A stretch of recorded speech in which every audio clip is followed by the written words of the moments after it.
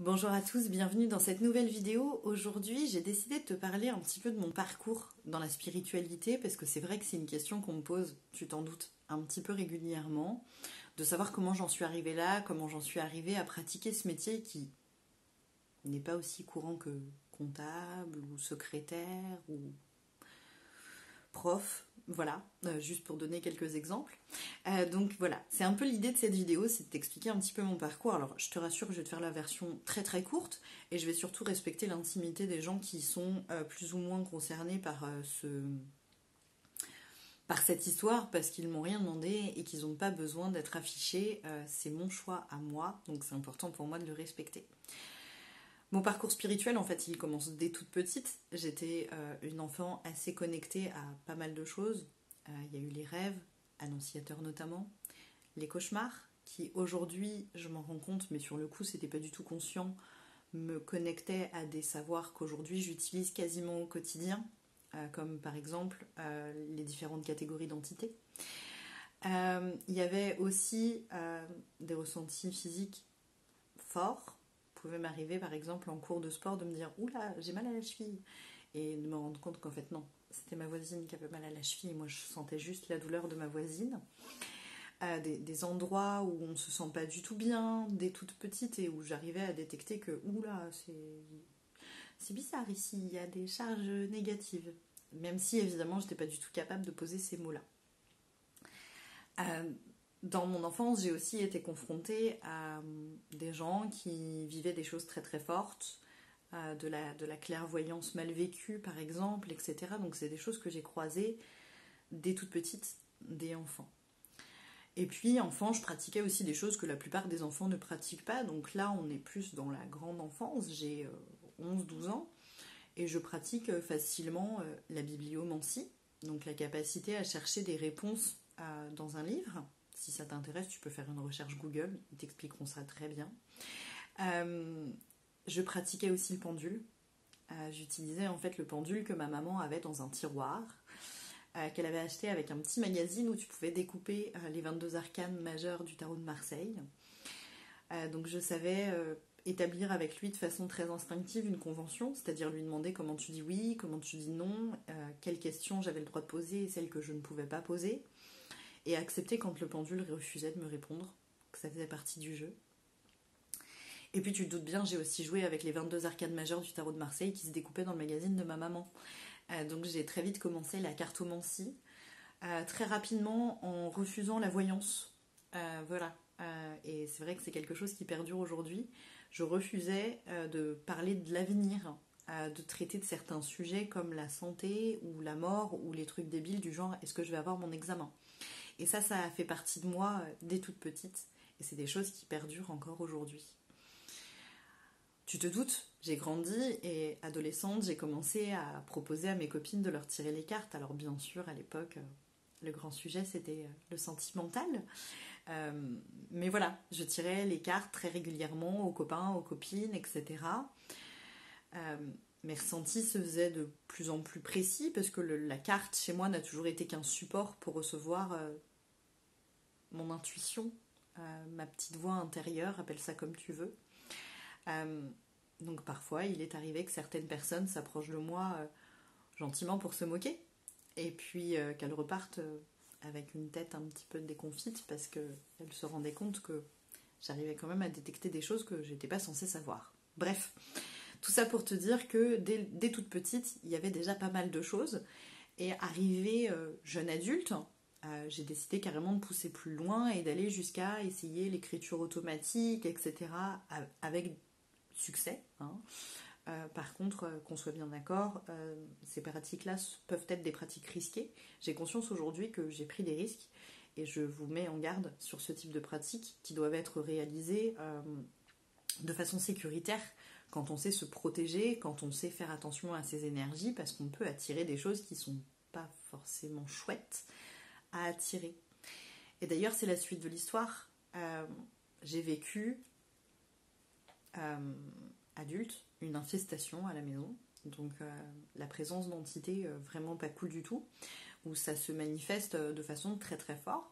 Donc on n'était pas non plus rendu dans Amityville, mais voilà, des coups dans les murs, des meubles qui se déplacent, des choses qui disparaissent, des sensations très très désagréables la nuit, se réveiller avec le corps endormi et on ne peut plus bouger, etc. C'est des choses que j'ai vécues à l'époque. À l'époque, j'ai cherché de l'aide. J'ai rencontré l'évêché, j'ai contacté des personnes qui étaient médiums et qui proposaient du nettoyage de lieux. Alors à l'évêché, on m'a gentiment reçu, mais on m'a dit que le prêtre exorciste de mon secteur ne croyait pas en ça, donc qu'on n'allait pas me l'envoyer. Raté. Les personnes sur internet que j'avais contactées qui proposaient du nettoyage m'ont soit jamais répondu, soit demandé des sommes absolument exorbitantes. Pour n'en citer qu'un, j'ai un monsieur qui m'a dit je me déplace, je viens pour la semaine, je peux venir dans 3 mois et c'est 2 000 € la semaine. Autant te dire que je ne les avais pas. Donc, par le biais de mes connaissances, on m'a proposé un rituel à effectuer sur 7 jours que j'ai réalisé et qui m'a permis de me libérer. Ça a été très long, ça a été très éprouvant et j'ai décidé de tout refermer, de plus du tout utiliser le pendule, de plus du tout utiliser les cartes. Parce que j'avais eu peur, on va pas se mentir, j'ai même eu très très peur. Et étant maman à ce moment-là de mon histoire, j'avais pas du tout envie que mes enfants soient confrontés à ce genre de choses. Donc j'ai décidé de tout refermer. Quelques années sont passées et ma deuxième fille est née. Et cet enfant a eu des problèmes de sommeil absolument incroyables. C'est-à-dire que je n'exagère pas lorsque je te dis que pendant plus d'1 an, nous avons vécu avec un bébé qui se réveillait plus de 10 fois par nuit. Voilà.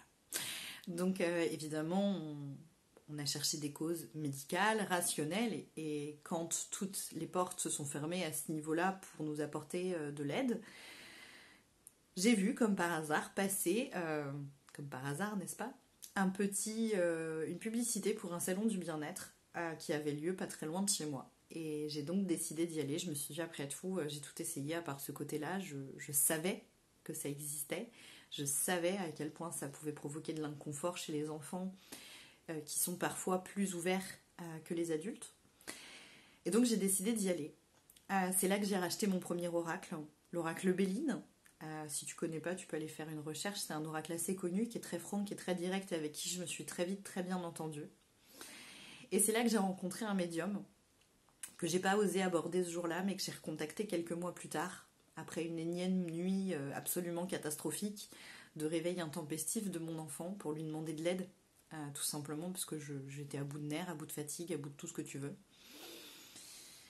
Ce monsieur m'a très agréablement reçu, il m'a écouté, il m'a laissé lui expliquer un petit peu mon histoire et m'a confirmé qu'effectivement mon enfant avait des capacités extrasensorielles très fortes, qu'elle était dérangée par des charges négatives, et il a prononcé une phrase qui sera à tout jamais gravée dans mon esprit, je pense.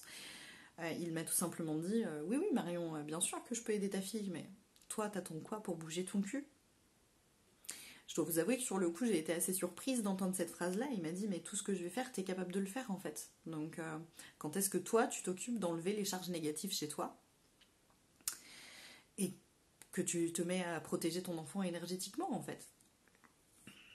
Il m'a fallu quelques temps pour accepter cette réponse-là. Mais j'ai commencé à faire de mon mieux. J'ai réactivé au fur et à mesure certains savoirs pour nettoyer et protéger mon lieu de vie.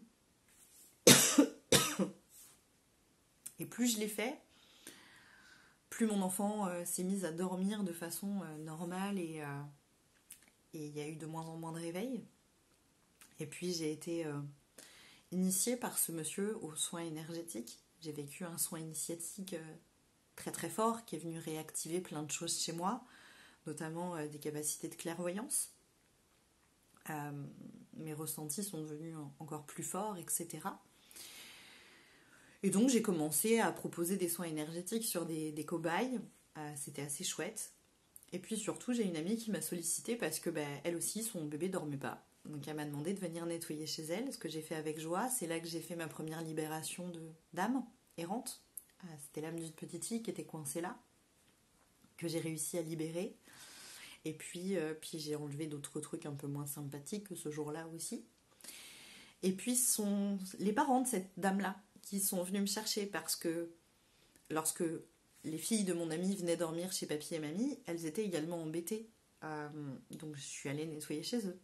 Et plus ça allait, plus je recevais en fait des demandes par le bouche à oreille. Donc étant quelqu'un qui souhaite absolument respecter les règles et qui voulait pas du tout travailler de façon non déclarée et être accusé d'arnaquer, de charlatanisme, etc., j'ai tenu à faire les choses dans les règles de l'art. Et c'est là que du coup en juillet 2019, j'ai créé la micro-entreprise Les Intuitions de Marion pour pouvoir faire ça bien comme il faut et en respectant toutes les règles. Je me suis dit, tant qu'à avoir une entreprise, on va en parler. Donc j'ai ouvert une page sur Facebook et une page sur Instagram. Ces pages existent toujours à l'heure où on se parle. Et puis j'ai commencé à avoir des demandes, beaucoup de demandes, de plus en plus de demandes. Et au bout d'un moment, c'était compliqué pour moi de faire attendre les gens. Parce que quand on a un autre emploi à 35 heures, on ne peut pas être dispo tout de suite. Hein. Et c'était particulièrement compliqué pour moi sur les cas de nettoyage. De vous faire attendre alors que je savais que j'allais pouvoir vous soulager extrêmement rapidement une fois que je serais intervenue, mais voilà, de vous faire attendre le temps que je sois pas au boulot, etc. Ça devenait de plus en plus compliqué. Et c'est ce qui m'a amené du coup en septembre 2020 à arrêter toute autre activité professionnelle et à me consacrer uniquement aux intuitions de Marion. Voilà, c'était important pour moi d'être disponible pour vous le plus rapidement possible, de ne pas vous faire attendre lorsque vous aviez besoin d'un soin, d'un nettoyage ou d'une guidance. Encore aujourd'hui, il m'arrive de recevoir des urgences que je vais traiter dans la journée parce que je peux me le permettre, parce que justement je suis entièrement à mon compte et ça fait partie des choses qui me mettent le plus en joie aujourd'hui dans ma vie. Voilà la version courte de ma petite histoire. Si tu as des questions, tu le sais, tu peux me trouver en commentaire sous la vidéo ou directement aller en bio pour récupérer mon site internet où tu auras absolument toutes mes coordonnées si tu préfères me contacter en privé. En tout cas, merci d'avoir visionné cette vidéo et à tout bientôt.